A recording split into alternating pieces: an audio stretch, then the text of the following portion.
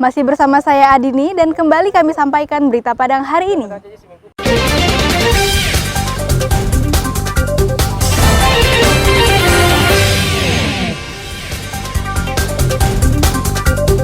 Puluhan ribu warga Sumbar didepak sebagai peserta asuransi kesehatan BPJS. Kericuhan PKL hingga bocah tewas saat berwudu kami sampaikan dalam Padang Sepekan.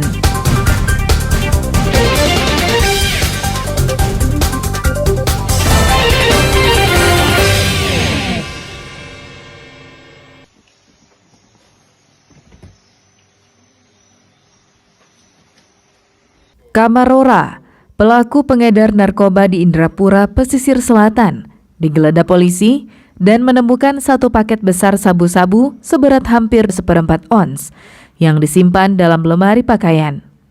Selain itu, polisi juga menemukan satu buah timbangan dan menyita sebuah telepon genggam, satu pak plastik pembungkus, serta uang tunai Rp500.000 yang diduga hasil dari penjualan sabu-sabu. Penangkapan ini berawal dari laporan masyarakat tentang maraknya transaksi narkotika di Kecamatan Pancung Soal. Dari laporan itu, polisi menangkap tersangka yang diduga salah seorang pelakunya. Kepada polisi, tersangka mengaku mendapatkan barang haram tersebut dari seseorang yang berada di Kota Padang yang sudah menjadi langganannya. Barang tersebut dibelinya dengan cara berhutang. Tim operasional bergerak ke sebuah rumah, kemudian melakukan pengepungan dan mendapatkan tersangka Rora sedang berada di ruang tamu sedang main chip jenis slot. Kemudian diamankan. Kemudian tim memanggil kepala kampung dan ketua pemuda untuk menyaksikan penggeledahan. Dari hasil penggeledahan tersebut ditemukan satu paket besar narkotika jenis sabu di kamar tersangka di dalam lemari. Tersangka dijerat dengan pasal 114 ayat 2 Undang-Undang Narkotika Nomor 35 Tahun 2009 dengan ancaman hukuman penjara minimal 5 tahun dan maksimal 20 tahun penjara. Banta Fauzan melaporkan dari pesisir selatan.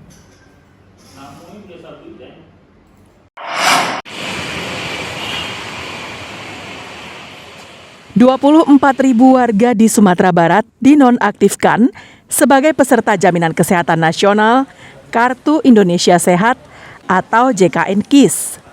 Mereka adalah peserta penerima bantuan iuran yang dibiayai pemerintah melalui APBN. Penonaktifan puluhan ribu peserta JKN KIS PBI itu dilakukan pemerintah pusat, terhitung awal September 2023.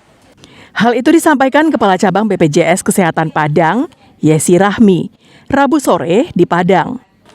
Banyaknya peserta yang dinonaktifkan karena terkait banyak faktor, di antaranya peningkatan status ekonomi. Sebelumnya pengangguran, namun saat ini mereka sudah bekerja, sehingga secara otomatis akan dikeluarkan dari peserta JKN KIS. Pihak pengelola BPJS Kesehatan Padang meminta anggota JKN KIS yang dibiayai pemerintah ini rajin memeriksa Kartu Indonesia Sehat yang mereka miliki. Yang dihapus itu untuk segmen PBI JK atau PBI APBN, penerima bantuan iuran jaminan kesehatan yang dibayarkan oleh APBN, karena ada validasi data dari Kementerian Sosial. Kami ketahui adalah bahwa data tersebut divalidasi tentunya apakah dia tidak masuk lagi kategori DTKS atau dia DTKS tetapi ada beberapa jenis pekerjaan yang tidak diperbolehkan, sebenarnya dia masih mendapatkan DTKS. Kepesertaan BPJS Kesehatan di Sumbar saat ini sudah mencapai 91%. Namun angka ini masih berada di bawah nasional yang mencapai 94,64%. Sedangkan untuk Kota Padang, cakupan kepesertaan BPJS Kesehatan justru melampaui rata-rata nasional, yakni 98,5%. Robiham melaporkan dari Padang.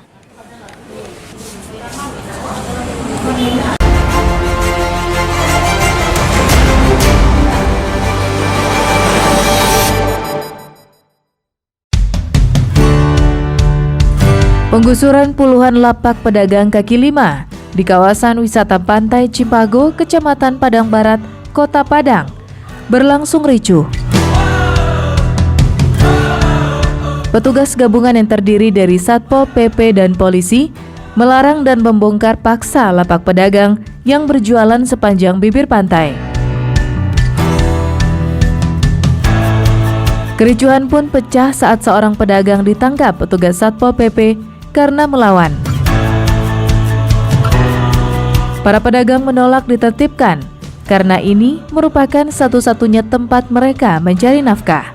Sebab menurut pedagang, tidak ada lokasi lain yang disediakan Pemko Padang untuk mereka berjualan.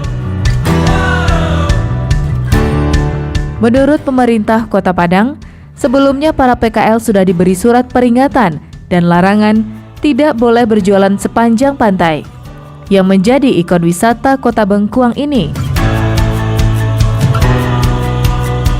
Keberadaan pedagang yang berjualan di trotoar dan di pantai dianggap merusak keindahan.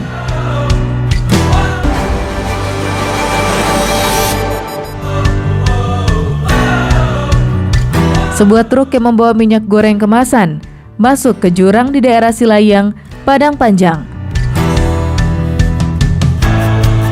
Peristiwa tersebut diabadikan warganet dan menyebar di media sosial. Truk yang dikemudikan Ismanto, warga Padang ini, membawa minyak goreng kemasan dari Medan, Sumatera Utara, menuju Kota Padang.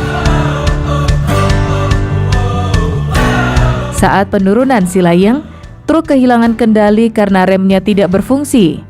Sopir sempat menabrakkan truknya ke dinding sebelah kanan, namun terpental dan menyenggol satu minibus. Sopir sempat berhasil menghentikan laju truknya sejenak, namun truk kembali meluncur dalam keadaan mati mesin. Sopir akhirnya memutuskan membanting setir ke kiri agar tak semakin jauh melaju dan menyebabkan kecelakaan yang lebih parah. Sopir yang membawa truk seorang diri itu selamat dan hanya menderita luka ringan.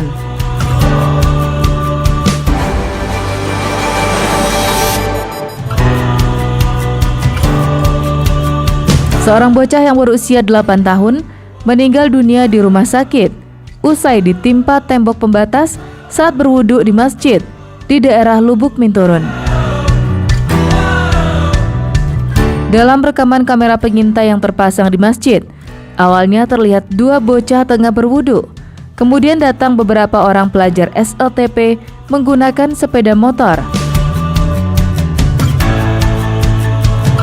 Salah seorang dari mereka mencoba beratraksi dengan menggas sambil mengangkat sepeda motornya. Namun karena tidak ahli, sepeda motor yang dikendarainya tak terkendali dan menabrak dinding tembok hingga roboh. Korban yang berada di bawahnya tertimpa reruntuhan dinding tersebut. Polisi yang menyelidiki kasus ini menetapkan pelakunya MHA, pelajar sebuah SMP negeri di Padang, sebagai tersangka.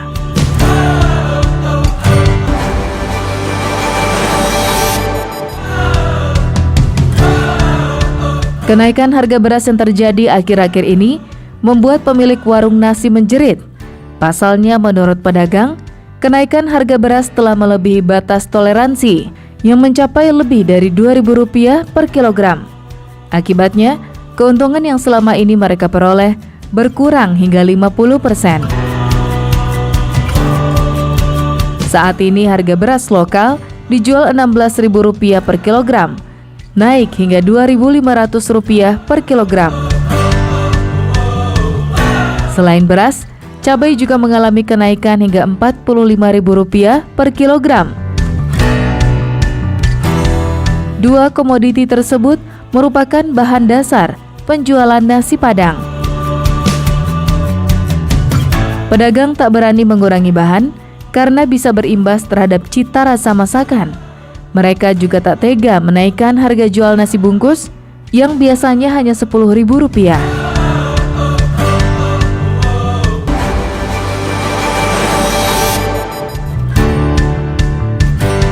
Demi mengikuti asesmen nasional berbasis komputer, pelajar di SMP Negeri 4, Tigo Lurah, Kabupaten Solo, harus rela mendaki bukit setinggi 200 meter. Di puncak bukit ini, mereka melaksanakan ujian dengan fasilitas seadanya, dengan meja darurat dan duduk di tanah. Hal ini terpaksa dilakukan karena di lokasi ini sinyal jaringan seluler bisa diterima dengan baik, sedangkan sekolah mereka belum memiliki jaringan internet. Kecamatan Tigo Lurah merupakan daerah terisolir yang sulit diakses. Tak hanya jaringan seluler, jalur transportasi pun masih sangat minim. Daerah ini berada di kawasan hutan sekitar 53 km dari kota Solo. Butuh waktu 4 hingga 5 jam untuk ke daerah itu menggunakan kendaraan sepeda motor.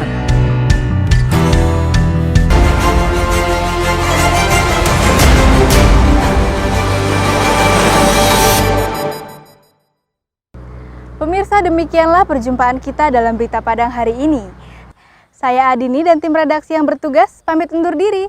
Selamat beraktivitas dan sampai jumpa.